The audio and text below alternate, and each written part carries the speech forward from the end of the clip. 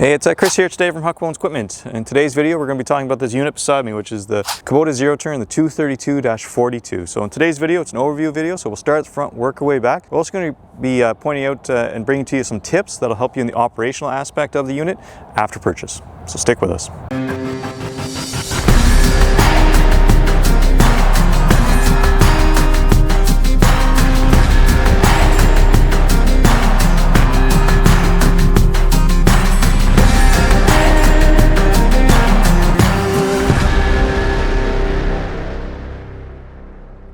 So whenever we start talking about zero turns in the Kubota lineup, this is the entry-level unit. There's the Z202 lineup, so it either goes 42, 48, 54s, and a selection of units in there as well. Focusing on just the 42-inch, because it does stand alone. It is completely different looking than the other ones at the 48 and the 54s, so always a little bit different, always the most popular one with Kubota, because again, price points and everything, this is the one that you're generally going to see quite a few out there on dealers' lots.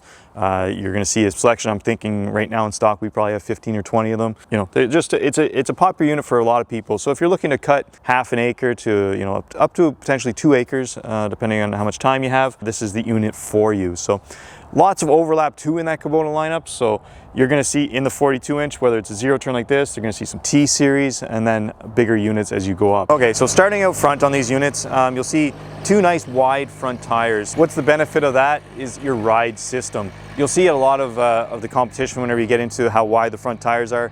These are significantly wider than what you're going to see. The reason for that, like I mentioned, is the comfort level. So whenever you're onto some rough ground and everything, you're really going to enjoy that, of it not dipping and diving a whole lot. Going over the top of the bumps is always what you're hoping for, right? For a little bit more comfortable of a ride. One other aspect you'll see there too is non-greasable. Kubota's had more than one study done about how homeowners don't grease. Years ago, whenever they first came out with these units, they were greasable.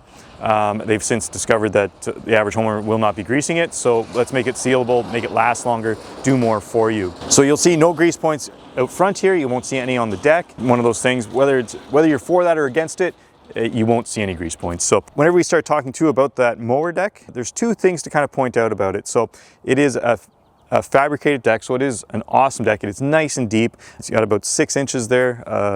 What does that gain you is whenever you have that suction of the grass coming up, it really pulls it up to be able to cut it off and not have those strips in behind you. Whenever you get into really heavy grass, doesn't matter what mower it is, you're still going to see some of that, but at the end of the day, you're going to see less with it with this mower deck. Again, it's just a 2-blade system under there. The deck isn't big enough to accommodate 3 blades, so just 2 spindles and 2 blades under there. It's still nice and easy. You'll see 2 black covers, one on each side, that you are able to remove to really clear it out. It would be nice if there was still an access panel under here to be able to pull out and everything, but it is bolted down. Again, there's pros and cons to that. That's part of their what they call the K-Ride system here for the comfort level, with that rubber floor mat and then some rubber pucks there to make it nice and comfortable. But yeah, it would still be nice to be on the same level as the 48 and the 54s in the 202 level of having an access panel there. But at the end of the day, it's a great mower deck. The deck itself with that 42-inch cut, you'll actually see that same mower deck on the T series as well. That's how popular it is with the Kubota lineup. As well as the blades under there, they're nice and thick. You're going to get a couple seasons of cut out of them. They're not a piece of tin where you hit that first stone and you're going to have issues. It is going to last for you and last a long time. And that's what you want at this whenever you're the homeowner looking to cut grass. So, okay, so now we moved around to the operator station. This is where it's really going to hit home about the affordability of this unit. What isn't on it compared to some of the other units, or a lot of the other units as we go up the lineup, and why this one fits in where it does. Whenever you sit down on it, you're like, oh, it's got a nice seat. The operator station, the operation of this unit looks very similar, if not the exact same, as the bigger units as we go along the Kubota lineup. So, well, what's different, right? Well, first off is, as we've already touched base, is where my feet are. You know, we got a rubber floor mat, not an access panel there, or non-accessible panel. How the operation of the mower deck, lowering and lifting, is, right here. And we have it adjusted up for storage kind of idea, but in some of the ones, as we get bigger, you push on here and it locks up. It does not on this one. So if I turn this back down to, a cutting height of 2.5 inches, you see it drops there. I cannot lock it up. It just goes back down. So you just use the cutting dial there to bring it all the way up for storage, or if you're looking to move it onto a trailer. As we move back to the seat, yes, it is a nice seat for this price point, but at the end of the day, there is no suspension seat. to be added to it. So you won't see that extra dial here to dial it up or anything like that. It's just a very basic seat for this unit. You'll also see the roll bar here. So the ROPS, it is non-folding. It is there for safety, but it's just non-foldable. So if you get in around lots of trees or something like that, you may consider a bigger unit with the folding roll bar. After that though is your two handles here. Over the older ones, it still does have a very heavy handle. So that helps in the vibration end of stuff. The heavier you make it, the less vibration you're going to feel. So that's what they're aiming for on that. And it does work very well compared to some of the older units like the 100 series and everything like that. You'll also see the fuel gauge down here. Again, it is kind of a little bit out of sight, out of mind. It is very simple. It's just a sticker there and a view of your gas tank there. So very simplistic, but it does work well. The one thing to know about it is even whenever it says full here, there's still quite a bit to fill up to the neck up here. So whenever you're filling it, it may look full, but there's still going to be 3 or 4 liters that will be able to fill it in there. So as I mentioned, your forward reverse handles here, same as all the other ones, they are very adjustable if you need them higher or lower, stronger or weaker on the push on it. So a few adjustments you are able to make on that end. You have your park brake, and then on the far side is, like I mentioned, you have your cutting dial, easy, simple to use. Whenever you lift it up, turn that dial, put it back down to whatever cutting height you want. And they're easy start being a Kawasaki engine. So again, whenever you have the choke, it's basically, and we'll demonstrate this in a few minutes, is it basically pull it up, push it down as quickly as it starts. So nothing exciting there, and then the yellow button to turn on your mower deck. So as we pulled around to the back here, just to demonstrate how easy it is for your access points to a few different things, whether it's your battery, fuel tank, shut off kind of idea. A few different things there to look at, easy to get to, and very accessible. So as we talk about the engine here, we have the Kawasaki 21.5 horse engine, the FR651V. So very popular engine throughout the industry. You'll see quite a few of them out there, whether it's in the Kubota lineup or in other various manufacturers.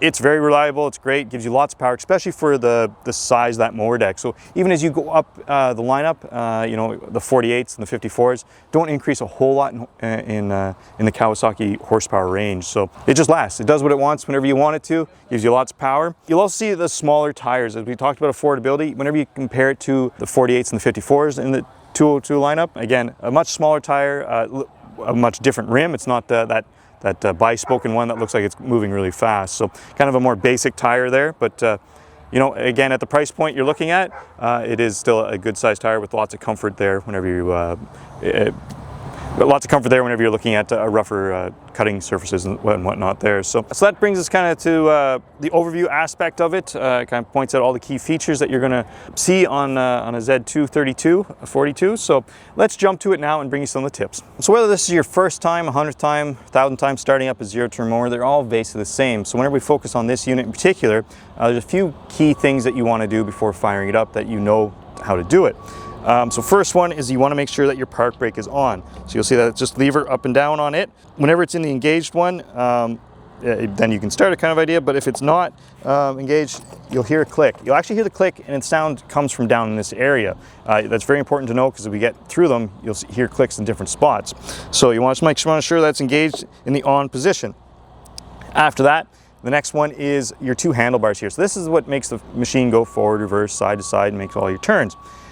They each one have an individual safety switch on it. So they have to be in the neutral position out like this. But if they're not, just push them back and you'll hear a click, one on each side. And they're very, very loud and very noticeable. So out like that and you're good to start. After that is you have your PTO switch so to engage your deck. It's the big yellow button here. You want to make sure it's in the off position. So the tip on that is, let's say you get off mid-cut, you always want to make sure that it's off. So because it will turn off on you whenever you get out of the seat as well. So back to actually sitting, engaging the deck. So you pull it up, pull it off is the two, and you'll hear a click under there. So whenever it's in the on position, I try and start it, it's not going to start here. You'll actually hear a click, and it does sound like it's in behind your shoulder here. So you'll hear it there. And then, so you want to have that in the off position like that. So now you're pretty much ready to start it. So whenever we go to actually turn on, you'll see that the choke, pull up, pull down. First time of the day, you want to start it, have it all the way up, and then we can turn the key finally once all these other aspects are done. So it's as simple as that to start it. You'll see that I disengaged the choke at that point as soon as it started up. So if you've been running this unit for a while, you know, you're mid-cut, something came up and you're changing things around, you may not need that choke. So it's kind of an extra tip there, but just be mindful of that. If you do need the choke, it's nice, quick, and simple. And sometimes, whether it's warmer or not, you may not need it at all. So. Okay, so now that we have the machine fired up, is how to actually move this unit and what can you do with the cutting height adjustment. So we'll start with the adjustment here. As mentioned before, it's in the up position, so at about 4.5. So whenever you want to get it down to a cutting height, it is this black thing up here. Lift it up, turn your dial to about 2.5, and put it back down. Now you're ready to cut. Slick and simple like that. Whenever you want to transport it again, lift up, turn your dial, good to go. So whenever we get to the actual operation of it, you fired it up, I want to move, I want to cut grass, take it out of park brake. Now you're live, but you'll see it's still moving, not moving. And that's because being a hydrostatic transmission, until I actually engage these, it isn't going to move. It does have the 2 hydrostats. So this controls this side of the unit, this one controls that side of the unit. So it all depends what you're looking to do. If you're looking to move forward, you're going to need both at the same time. Looking to go straight back, both at the same time. And then if you're looking to turn, it's 1 forward, 1 in the neutral position. If you're looking to do a hard turn, like on top of itself, where the name comes from of zero turn, it is 1 forward, 1 all the way back, and then you're going to be leaving a mark on your lawn if you're doing that at full speed. Whether this is the first time or 100th time using this thing, these things do operate fast, and it does take time to get used to. So let's show you how this operates. So again, all the way, if I want to move forward, it's in and forward together. Back to neutral, it'll stop. If I want to go back, just straight back, again, it's in and back. Stop, back out to neutral. If I want to turn that way, it's quick and simple. 1 forward, 1 in neutral.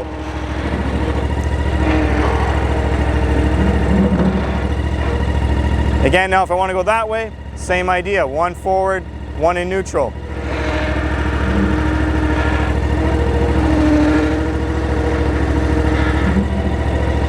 And then, last but not least, turn on top of itself. It's 1 all the way forward, 1 all the way back.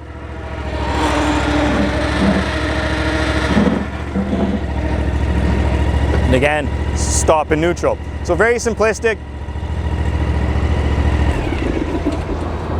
But at the end of the day, that's at idle. Whenever these things are fully operational and up to speed at cutting grass, make sure, if it's your first time, you have a nice big open area. If you want your wife or partner mad at you, it's not very hard to run over a few plants, scratch a truck, ruin some siding on a house. Seen it all, so just make sure you practice in a big open area.